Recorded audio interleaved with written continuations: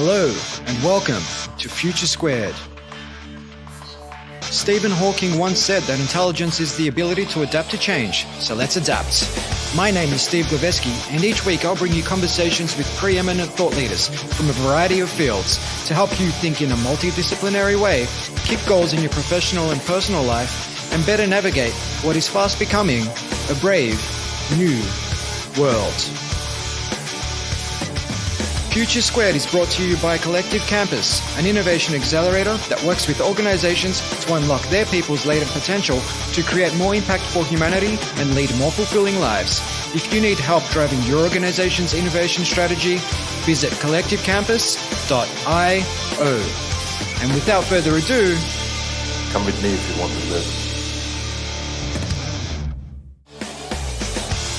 In today's age, it can be hard to find the time to sit down and learn more, especially if you've not yet turned off your push notifications like I've been telling you to. You might hear some of my author interviews and think, wow, I'd love to read that book, but with so many great books out there, you don't have the time to read them all. Well, there's one app I highly recommend, and it's called Blinkist. Blinkist takes the best key takeaways and need-to-know info from thousands of non-fiction books and condenses them down into just 15-minute reads. That's 900 seconds. Prefer to listen to books? Blinkist has you covered. As an advocate of short feedback loops, I like Blinkist because I can learn and apply key concepts to my business and life faster, which means I get results faster. I use Blinkist when I'm in the gym, pounding the pavement, and commuting. I've listened to books like Sapiens by Yuval Noah Harari and Thinking Fast and Slow by Daniel Kahneman on Blinkist. Two books you should most definitely check out. Right now, for a limited time, Blinkist has a special offer just for Future Squared listeners. Go to blinkist.com/futuresquared to start your free 7-day trial. That's Blinkist, spelled Blinkist. Blinkist.com/futuresquared to start your free 7-day trial. Blinkist.com/futuresquared. And now for today's guest. When you end your writing for the day, you stop in the middle of a sentence. Because the hardest part of writing each day is starting again. So right in the middle of a sentence, you just put down the pen and you come back to it the next day. You just finish that sentence and you're already writing. The other thing is I write by page number, not by time. So I set 6 pages a day or whatever it is, and it could be done in an hour. It could be done in a day. Welcome back to Future Squared for episode number 345 with Ben Mezrich. With a writing career spanning 19 years, Mezrich has authored 20 books with a combined printing of over 4 million copies, including the wildly successful Bringing Down the House, which spent 63 weeks on the New York Times Bestseller List and sold over 2 million copies in 15 languages and was adapted into the #1 box office movie, 21. His book, The Accidental Billionaires, was adapted into the movie The Social Network, which was #1 at the box office, won Golden Globes for Best Picture, Best Director, Best Adapted Screenplay, Best Score, and was nominated for 8 Oscars, winning 3, including Best Adapted Screenplay. Mezrich and Aaron Sorkin shared a prestigious Scripter Award for Best Adapted Screenplay as well. Ben Mezrich cracked the Hollywood Reporter's annual hot list, Hollywood's 25 most powerful authors. This power list of authors, touted to be the industry's most sought-after word nerds, is based on stats like Mezrich's multiple movie deals in production, such as Wall-E, 7 Wonders, Once Upon a Time in Russia, and The 37th Parallel. Ben's newest book, Bitcoin Billionaires, chronicles the second act of Wonder Twins Tyler and Cameron Winklevoss, as they claw their way through Silicon Valley and come out on top as the first Bitcoin billionaires, after an unlikely-to-win battle with the omnipotent Empire, Facebook. This was a wide-reaching conversation with Ben, and we explored 1. Ben's ascendancy to the top of the writing game, and numerous lessons learned along the way that anybody aspiring to great heights can learn from. 2. His new book, Bitcoin Billionaires, in which we unpacked who Mark Zuckerberg and the Winklevoss twins really are. And 3. We talk about cryptocurrency more broadly, and the role that tech companies play in our lives today. Ben rattled off countless value bombs in this conversation. So if you're sitting down, grab a pad and a pen, take some notes, and please enjoy my conversation with the one and only Ben Mezrich. Welcome to the show, Ben. Oh, thank you so much for having me. No, it's an absolute pleasure to have you on the program. I'm a big fan of your work, and you're joining me all the way from Boston, Massachusetts. Does that immediately make you a fan of the Red Sox, the Bruins, and the Celtics, Ben? Unfortunately, yes, you have to be, or else they kick you out. They kick you out of the city. It's funny. I've interviewed quite a few people from Boston, and they all say the same thing. They basically say, look, it's sacrilege if you don't support them, and you'll be booted out of town. It's basically religion here, so you don't really have a choice. I love it. I love it. So, Ben, I mean, you've written 20 books in the past 20 or so years, including several New York Times bestsellers, two of which were adapted into #1 box office movies, such as 21 and The Social Network. Today, I'd love to chat about your new book, Bitcoin Billionaires, which unpacks the story of the Winklevoss brothers, the twins, or the Winklevi? The Winklevi, yeah. Winklevi, but that's the plural. That's the official plural now. I love that. But I also wanted to unpack what your ascendancy to the top of the writing world looked like. Did you always grow up wanting to be a writer, Ben? Yeah, so I started, when I was about 12 years old. My parents had made a rule when we were little that we had to read 2 books every week before we were allowed to watch TV. Wow. And being a big television fan, I was a speed reader as a child. And by the age of 12, I knew this is what I wanted to do. But I didn't know how one became a writer. So when I went to college, I basically started writing. And when I graduated, I locked myself up in an apartment in Boston and wrote 9 novels in about a year. Wow. Which I don't recommend to anybody. And they were all rejected by everyone in publishing. But I managed to finally get an agent interested, and I sold my first book when I was about 24. Fantastic. I love that story.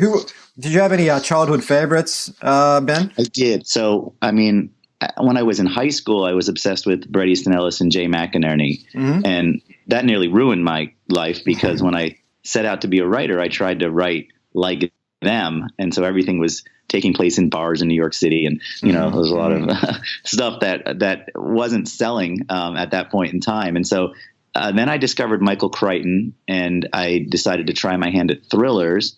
And then I pretty much discovered Hunter S. Thompson. And so I kind of started writing true life thrillers. So it was kind of this blend of these 3 writers, I think, that really led to where I got. Yeah. And I guess there's a lesson in that for people who are trying to find their own voice. It's a matter of getting out there and exploring lots of different things and then taking bits and pieces of that to essentially form your own sort of unique identity. Yeah, I mean, the hardest part of being a writer is finding your voice because you start off trying to mimic everybody else. Yeah. And pretty soon you learn that you're not those people. Yeah, exactly. So, right.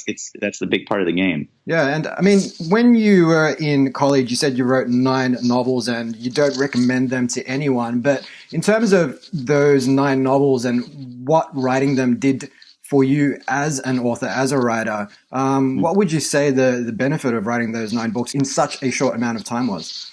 Yeah, well, some people, write one book 9 times until they get it right. Mm-hmm. For me, it was more of a process of writing 9 books that weren't right before my first book that was good enough to get published.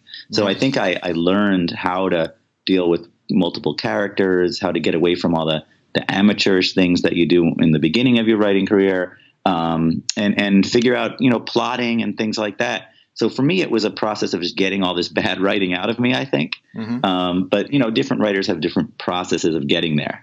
Yeah, and I think I heard Adam Grant say something about creative people in the sense that they just have more swings at bat, or more, essentially they take more swings, so they're more likely to get a few home runs than the person who perhaps doesn't try or perhaps gives up after the first or second book wasn't so successful. Yeah, absolutely. That's actually a great way to put it. I mean, you have to be completely determined because there's so many walls built up. There's so many things trying to stop you from making it. So it's really a matter of just fighting through all of that. And on those walls, Ben, I mean, how did they show up in your ascendancy? Obviously, you said you wrote 9 books and some of them weren't very good, but were there any big challenges that, or any big walls that stood between you and perhaps, writing, bringing down the house? Well, yeah, I mean, rejection after rejection after rejection. I was rejected 190 times before I sold my first book. Yeah. And I used to keep all the rejection letters taped to my walls like a serial killer, to spur me on. Yeah.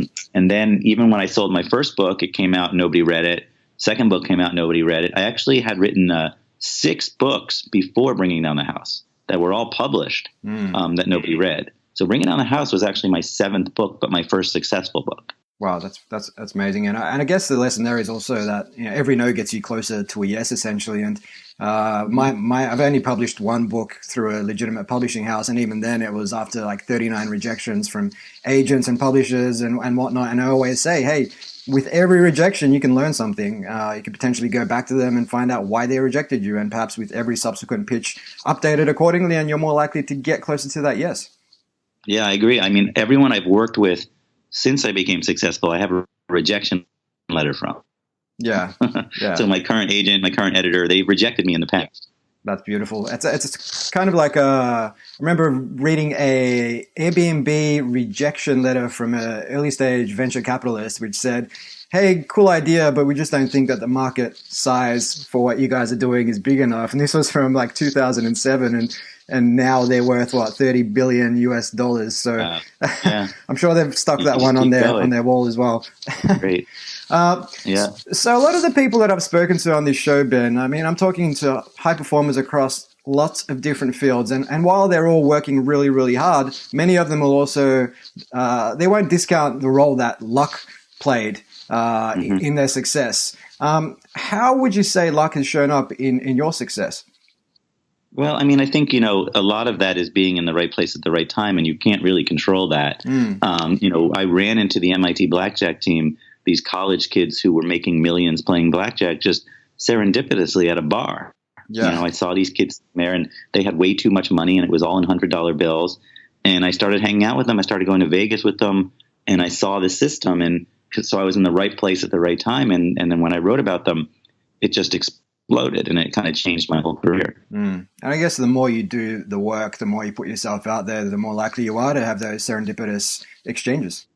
Yeah, I mean, you have to sort of be there, and you have to have the ability, or I guess to see what's going on. But really, a lot of luck is involved in sort of finding that first story that really propels you. Yeah, and I think it was a similar sort of story that played out 5 years later with Accidental Billionaires, where you received an email at 2 a.m. in the morning. Yeah, random email, 2 a.m, a Harvard student. He said, my best friend founded Facebook and no one's ever heard of him.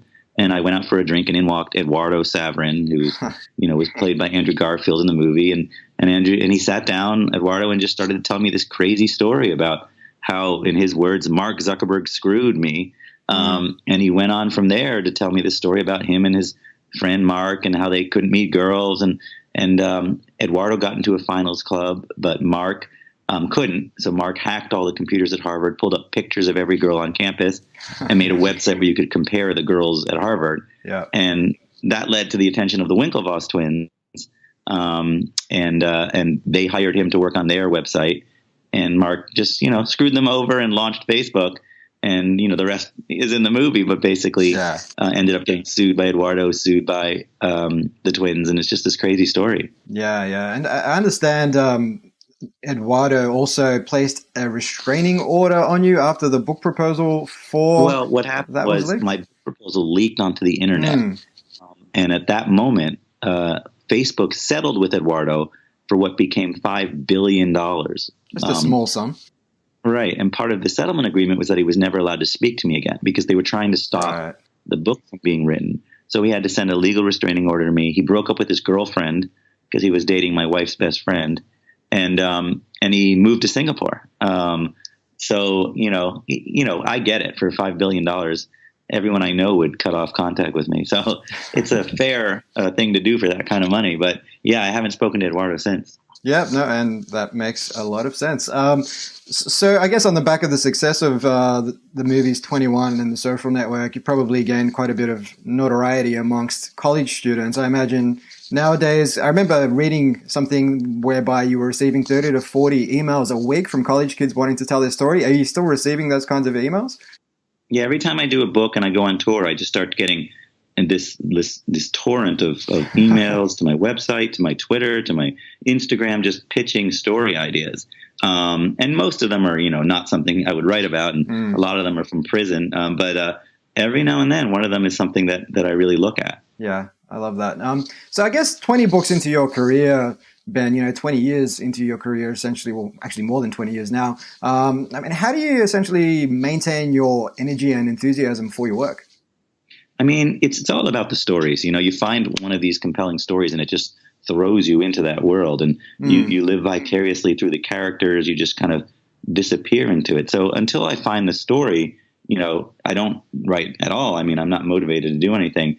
But when a story really hits me and I see the movie, I see the characters running around a big movie screen, because that's where it starts for me. I won't do a story unless I think it can be some sort of movie. Yeah. And then I dive in. So the energy comes from the story itself, hanging out with the characters, becoming a part of it as much as I can. Yeah. I imagine it must be challenging to navigate the analysis paralysis that might come from having so many stories fall in your lap and having to choose perhaps one that you'll dedicate the next, say, 6 to 12 months working on. Yeah, I mean, it's a big commitment, not only to the time of writing it, but to being with these characters. They become a part of your life that extends beyond the publication of the book. So, that's why I kind of stay away from criminals for the most part, or people that you wouldn't want to spend a lot of time with, because it's going to be your life for a long time. Yeah, and I mean, we'll talk about Bitcoin billionaires shortly, but I understand you spent about 18 months or so getting to know the Winklevoss twins. Yeah, getting to know them. I mean, I spent last year and a half with them, but they were, part of my original sources for the social network. So I've known them a long time, but now I really got to know them. Yeah. Well, we'll unpack what you learned shortly. But with respect to writing, Ben, as a fellow writer, and we've got a lot of writers that listen to this show, have you got a specific strategy or approach to tackling a blank page staring back at you? I mean, I do have some tricks.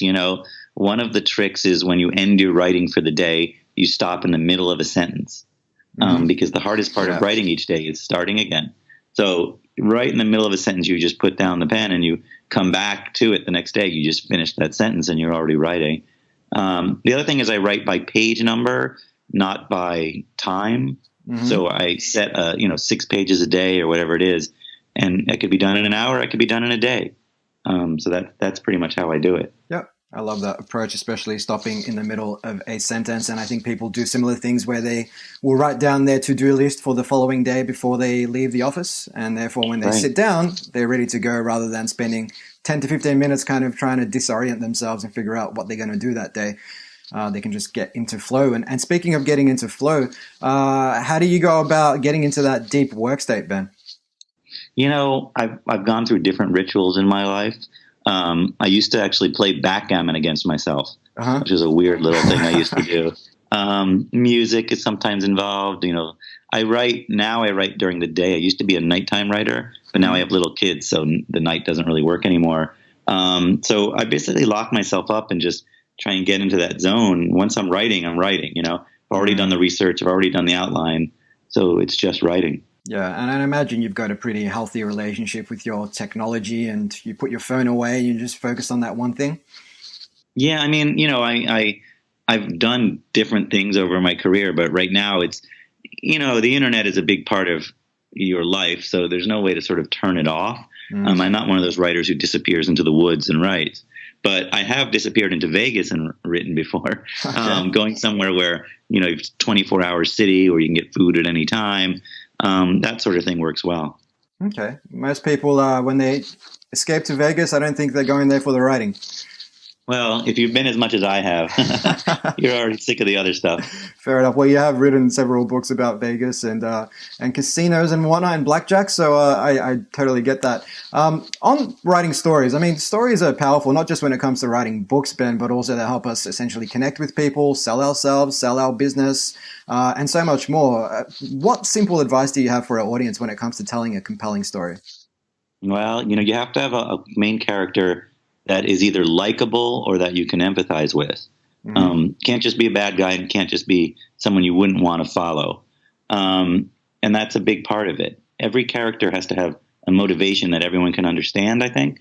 And then the story has to be exciting. It has to be highs and lows, a lot of conflict, I think. But when there's a good story. Yeah. And you can tell the story in one sentence. Like, that's a big key. I have to be able to tell you the whole story in one sentence, because most people's attention spans don't go beyond that. Yeah. So you got to really have it all locked down to one sentence. So that's essentially your elevator pitch, if you will.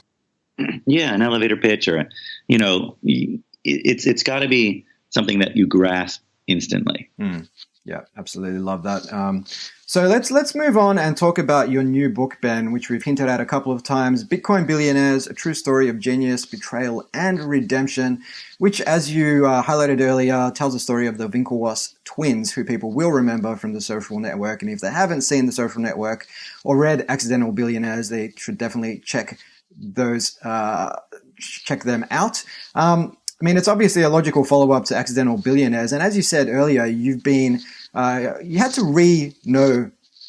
relearn who the guys were, because to quote you, the film essentially, or the book rather, addresses an incomplete image of the twins that people were left with after reading your last book or watching The Social Network. And my opinion of the twins was, preppy guys, 6 foot something, Olympic rowers and everything else, elitist kids, right, and very easy to just not like. But you've spent the last year and a half getting to re-know them, and apparently it's not so crystal clear. No, so I prejudge them like everybody does. Mm-hmm. They walk into the room, they look like something out of Greek mythology. Yeah. And they look like the bad guys in every 80s movie you ever saw, chasing the Karate Kid around the gym. And you immediately judge them as the alphas, the jocks, and Mark Zuckerberg as the lovable nerd. But the reality was something very different. And I think now we're seeing Mark Zuckerberg, who he truly is, I think. And we're also getting a new look at the twins, hopefully, from Bitcoin Billionaires, that these guys, speak multiple languages. They're Latin scholars. They're computer coders. They're economic geniuses. They're not who I thought they were. And I think when we did The Social Network, Armie Hammer played them great as caricatures. But that's not really who they are. It's who they look like. But they do come from privilege. They come from a wealthy family in a wealthy town. But their father was the son of a coal miner. Mm-hmm. Their mother was the daughter of a police officer. They don't come from this rich background other than their father. So they're instilled with a very different sense of right and wrong than you might expect. And their need to build something or create something, I think it comes out in this book when it wasn't really in the last book. And I did read that, like you said, they're a German working class stock essentially, except for their father. And these values that they hold dear seem to have this very sort of clear delineation in their minds between right and wrong. And you've said it's kind of reminiscent of some 1950s sensibilities. Yeah, I mean, when you go back to The Social Network, the main reason they were upset at Mark Zuckerberg had nothing to do with money. It didn't even have anything to do with the fact that he launched Facebook without them. It's that he lied to them. It's that he cheated them. And this is something they can't get over because they're built to believe in this sort of sense of respect and honor and, the men of Harvard thing. But it goes back farther than that, to this idea that there is a right and wrong and they were wronged. So, yeah, I really respect that in them. Yeah, I absolutely love that, especially in today's day and age where it can be a matter of just trying to one-up the other person by any means necessary. So, well, especially in Silicon Valley and technology, I mean, people do. That's basically how business is run in a lot of ways. And these guys were not really built like that. Yeah, and well, they ultimately have sought out and obtained their redemption, but it all started when they were partying in Ibiza. When they caught wind of this thing called Bitcoin. What happened there, Ben? Yeah, so, they first went out to Silicon Valley. They had gotten a settlement of $65 million, which they took in stock. So it ended up being $500 million. And they decided they would become VCs, venture capitalists, but nobody would take their money because they were the enemies of Facebook, and everyone's end game is to sell their company to Facebook. Right. So instead, they went off to the island of Ibiza to party, as one does. And they were sitting on the beach, and a guy walked up and said, "Have you guys ever heard of Bitcoin?" And they hadn't. Nobody really had, outside of libertarians and people who bought drugs on Silk Road. Nobody had heard of Bitcoin at that moment. So the twins looked at it, and they thought, this is either garbage or it's the next big thing. And they looked into it and decided to make a very big bet. Yeah, well, it sounds like that bet paid off in, what is it, November 26, 2017. They invested, what, $11 million in Bitcoin? Yeah, and they bought about 1% of all the Bitcoin in existence at the time. They bought somewhere between 100 and 200,000 coins. And as Bitcoin rose to first $10,000, they became billionaires. Then $20,000, they $2 billion or to $4 billion. And now, they're hovering at the $1 billion, a little over $1 billion. Which is spectacular return on $11 million. It's a fantastic return on $11 million. And now they're CEOs of Gemini, which is essentially a crypto exchange. So like you said, they continue to be billionaires, despite the fact that the crypto bloodbath just tore most people's crypto portfolios apart in late 2017, early 2018. Well, if you bought it at that high of 20,000, you're down more than 50%. Mm-hmm. But, that loses the general picture of what's really happened with Bitcoin, because it was up 5 million percent when it reached $20,000. So everyone who got in 2012 to 2016 to 17 made ridiculous fortunes. But that also kind of hides the fact that Bitcoin isn't about the price of Bitcoin. Mm-hmm. That's a casino. The price of Bitcoin is manipulable by these big whales. Mm-hmm. It's based on news stories. It's not based on what's really going on in Bitcoin, which is all of these different people are starting to think of it either as a store of value like gold or as a form of currency. And both of those ideas are kind of game changers, either way that it ends up. Yeah, and it kind of, Bitcoin and the underlying technology, the blockchain essentially, there's some parallels there between that and the, the decentralized verification of transactions and some of the thinking that the Winklevoss twins had around the original Facebook or the Facebook around login authentications. Yeah, so what the twins did was they came up with the idea that you needed to have a harvard.edu for the social network they were working on. And that's something that Mark Zuckerberg used. And that, when Facebook launched, was very intriguing, and it was both exclusive and it verified who you were. And then, Facebook grew from that idea to allow anybody's email. But the idea that you were known by your Facebook page was a big part of the success of that company. Yeah, absolutely. Love that. One thing that jumped off the page for me, Ben, was an IM that was sent by Mark Zuckerberg back in the day, which read as follows: if you ever need info about anyone at Harvard, just ask. I have over 4,000 emails, pictures, addresses. People just submitted it. I don't know why. I guess they just trust me. Dumb fucks. Whether this was just college locker room talk that, we're all susceptible to or not. I mean, this ultimately hinted at an underlying... That's who Mark Zuckerberg is, right. Yeah, exactly. And the problems they have today with data goes back to what Mark really believes. And I think he really, really, doesn't have a problem with taking all of our data and using it to maximize the ability of Facebook to do what he always wanted it to do, which is to dominate the world. These IMs, these instant messages that I have in my book that came from, Business Insider originally and some other stuff, are really spectacular. They're a look into what Mark was doing. Now, listen, he was a college kid, and we all do a lot of stupid things in college. And assuredly, he's changed a lot since then, and he's learned a lot since then. But when he set out to build Facebook, he did a lot of things that would make people very nervous if he was going to end up the CEO of that company, which he did. And the twins didn't know about these things till after their settlement, and they were unable to reopen their settlement. But the truth is, they make a very good point that Zuckerberg probably did actively and strategically screw them. Yeah, and I mean, as a creative, when it comes to the big tech companies today, whether it's privacy or whether it's our attention, I think it was Sean Parker who said that platforms like Facebook essentially exploit a vulnerability in human psychology. Essentially, they do that to hook people's attention and sell ads. And it seems to me that you've always had your skepticism around people like Mark Zuckerberg. I know you admire what he's done and his ability to create, what is one of the most influential platforms in the world, but skepticism around the person and the ethics and the morality that underlie. Yeah, listen, I've always believed that we got Zuckerberg exactly right with the social network.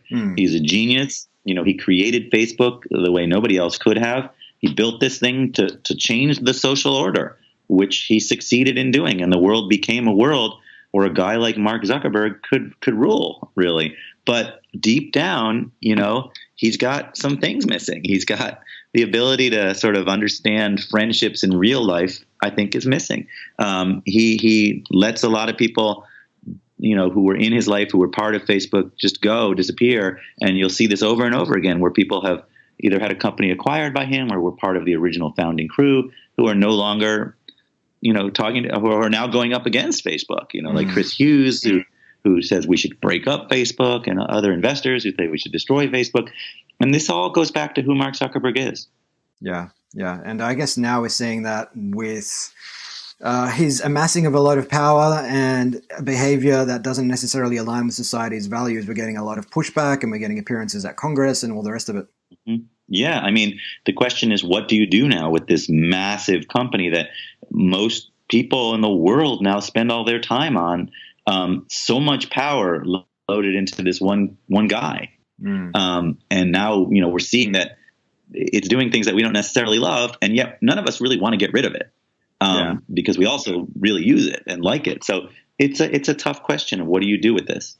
Yeah, it is a tough question. And, I'm sure you're familiar with the work of people like Cal Newport and Deep Work and everything else. And, if people are essentially touching their phone 2,000 times a day, according to some research companies, spending 3 to 4 hours a day looking at their phones, which is the equivalent of 6 to 8 weeks a year looking at their phones, then their attention is very much being monetized. And if you are a creative, if you are a writer, if you are anyone who does work that requires critical thinking, then you're going to be way short of where you could potentially be. And the collective impact of that on, humanity, if I'm going to play that card, could be, tragic.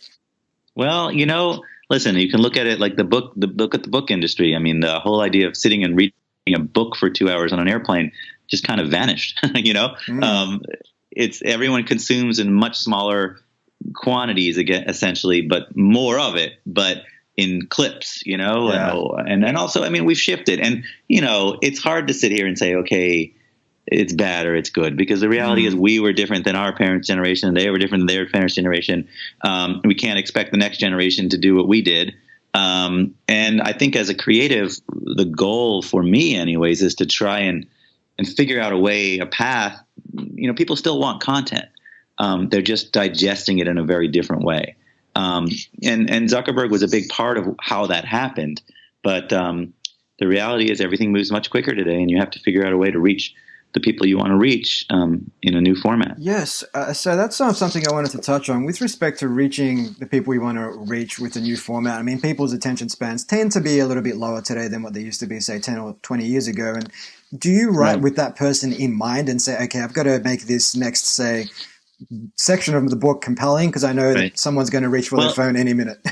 You know what? It's interesting is I learned so much from Michael Crichton, Jurassic Park. And if you read Michael Crichton, every chapter is a tiny, short chapter. The characters are very not detailed, if they're detailed at all. And I think he was ahead of his time. And I've always tried to write in a way that keeps people with very low attention spans reading. The New York Times has said that I write for people who don't read. So I think I've always written in that way, because I think that way too. I came from a place of loving television and movies, and I wanted to write books, but I wanted to write them in a way that, it's like you're watching a movie. So I think I've always done that. What's interesting now is we've shifted, everything's TV now. And the way TV works now is you don't just sit and watch a show, you watch 10 episodes of a show. So it's weird. We both have low attention spans, and yet we're able to consume vast amounts with our low attention spans.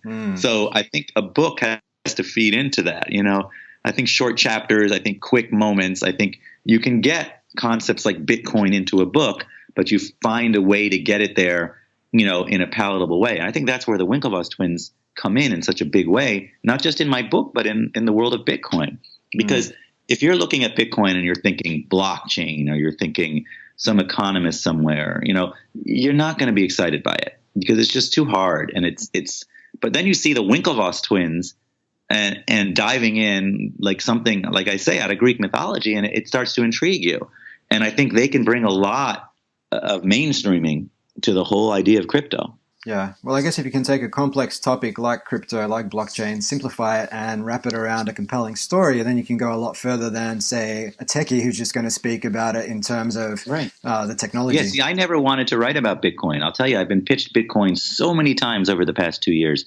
I mean, from the very beginnings of Bitcoin, I was getting, because every college kid, writes me an email and they'll say, you got to write about Bitcoin. And I had no interest, because the word blockchain is the worst word ever invented. It is a horrible word. It makes your eyes glaze over. The idea of crypto, math, solving this proof of concept, all of this stuff, it's just too hard for me. Mm-hmm. But then I see the twins are billionaires from this investment they make, and I start to look into how that happened and why Bitcoin exploded. And I got really into it because there's this drama behind it. So I do think, if you want to teach Bitcoin to people, you have to teach it to them in a way that they're going to receive it.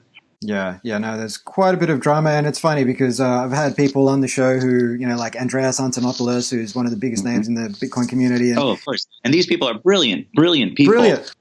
And they're the ones who should be, writing the papers about Bitcoin and maybe talking to the New York Times about Bitcoin, but trying to sell it to, someone in the middle of the country who is used to having cash, right? Mm-hmm.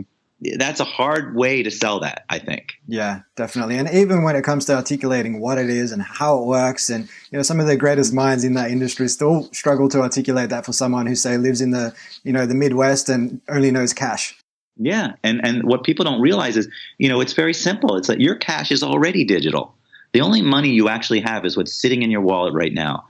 Everything else is already ones and zeros on the computer somewhere. Yeah. When you walk into a bank and you put $100 in the bank, it doesn't sit there. There's no vault with your $100 in it. That immediately is transferred digital, and the $100 is gone. Yeah. So your money is already digital. And so the idea of digital money that I can send directly to you, like sending an email or like sending a text with nobody in between us, it's simple. That's right. And money in its current form, as most people know it, it only really has value because of a shared belief system. I mean, they're just pieces of paper. Right. So, and different paper has different values. It's the same paper. Exactly. So one's 5 and one's 1 and one's 10 and one's 100. We're all just believing it is. That's right. And that's, the same as with any kind of store of value. You have to believe. It has to be an agreement made between us. If it's backed by a specific government, well, then it's got some power behind it, which is great. But, as we've seen before with crashes and crashes to come, governments don't last. So the idea of a universal currency that's backed by math isn't such a crazy idea. Yeah. And one thing that strikes me in this conversation, Ben, is that you come across as someone who's very, very curious about lots of different topics. Is that something that perhaps you always were, or did this come about by, through the work that you've done? No, I've always been sort of curious about everything around me. Mm-hmm. I'm kind of a hermit in my lifestyle outside of my writing. So I really don't leave my house except for when I'm researching a book. And then I dive in and go around the world and travel with it. So that's my outlet. And I see and learn about a new thing. But again, like my audience and like all audience, I don't have a big attention span. So I want to be able to do a project and then move on to the next project. And it's been kind of this thing where I write a book in about 3 months and then I find another story. Yeah. So it's every year I've gotten to sort of dive into a whole new world. And it's an interesting way to live. Yeah. So on being a hermit, except when you're working on a book, would you say you lean towards introvert then, or? Well, it's a good question. So, I'm definitely out there on book tour and out in the world. And it's certainly when I am researching a book, I'm in Vegas at some club or in a beach in Ibiza. So it's hard to say that I'm an introvert. But the reality is, if I wasn't writing a book, I live in a mall basically. And I would never leave the mall. I would not go outside. I'm very content with what, my lifestyle is, and always have been. It's weird. I've never been seeking experiences. And it seems very ironic that I write books that are essentially about experiences. But in my own life, I don't think I need any experiences. So it's really a strange, a strange way to be. That's interesting. Yeah. I mean, a lot of introverts and ambiverts, entrepreneurs that I speak to say that, they'll do the keynotes and they'll get out there and do book tours if they've published a book and do what they have to do. They'll get out there and sell, but they're essentially playing a role. And once they're done playing that role, at the end of the day, they feel exhausted and they just need to retire to their little fortress of solitude, which in your case is essentially the mall you live in. You're absolutely right. And it's all about controlling your environment. I think writers, to a large extent, they're seeking control. And that's why they write, because you control everything in your book. You're controlling these characters who may be real people, but you're placing them in the story. And you have your environment, which you try and control as much as possible. I don't know, it's probably a vast form of anxiety that leads to creativity. But it's interesting to think about. Yeah. Yeah, definitely. And just one last thing on that, I guess when it comes to spending a lot more time being a hermit, do you think that makes you more, say, reflective and more likely to come up with sort of breakthrough ideas and story points than someone who's constantly out there? I think I have a very vivid imagination. And I think that for me, the world inside my head is as real as the world outside my head. So when I sit down to write this story or any story, I have all the research, I have all the information, but I'm seeing it play out in my head as if I'm there. So I do think like being able to sort of lock myself up and have my environment, when I'm writing a book, I eat the exact same meal every meal. I don't for months. I literally, the rest of my life recedes and the book that I'm writing becomes my reality. So yeah, I think that being this way is a big part of how I do what I do. So when you are writing a book, I guess, in terms of managing your personal, say, relationships, is there any sort of expectations you set? I have now I'm in a different writing style than when I was, a single guy. I have 2 little kids, a wonderful wife.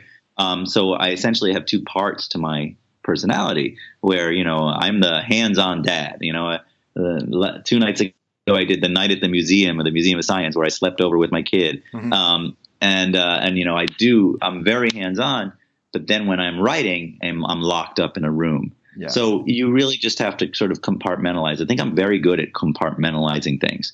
Today I am a writer and tomorrow I am, part of the family. And listen, it's only a few months each year that I write and the rest of the time I'm not writing. When you write at the pace that I write, it's a very sort of quick job. I've never written a book that took more than 12 weeks. Wow. Some of my books I've written in 3 weeks. My most successful book, Bringing Down the House, about the MIT kids, I wrote in about 4 weeks. And so it's this explosive writing style, and I think I do it that way because then I can go back to my real life. So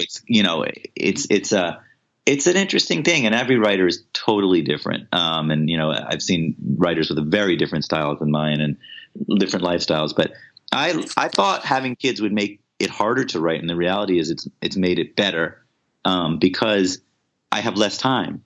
So I've learned to sort of write much quicker, and the whole process has become much more manageable because I know I just want to have these 2 parts of my life going on. And it sounds like you always had this sort of high level of cadence, if you will. I mean, going back to writing 9 books in college. Yeah. I mean, I used to be able to write 50 pages a day in college. I mean, the energy level I have towards writing is pretty immense. But you physically fall apart when you're doing it. It's not a healthy lifestyle. No. So I try and balance more than I did then. Yeah. And now when you put those short sort of time constraints, when you impose time constraints on yourself, it essentially helps you, like you said, get into flow, get in the zone, and just smash out the work. Yeah, I mean that's part of what it is you have 3 weeks to write a book. You better get cracking. Parkinson's law, love it. Man, this has been a great conversation. I've really enjoyed it. But before we wrap up, I'm going to ask you 3 quick lightning round questions, Ben. Question number 1 is, if you could work with any of the people you have profiled in your books, who would it be and why? If I could work with anybody I've written about? Yeah. Well, first the Winklevoss twins. And I'm not just saying that because I just wrote Accidental Billionaires. But, I mean, these guys, are an impressive force of nature. Yep. I don't think, listen, this is their second act. There's going to be a third act.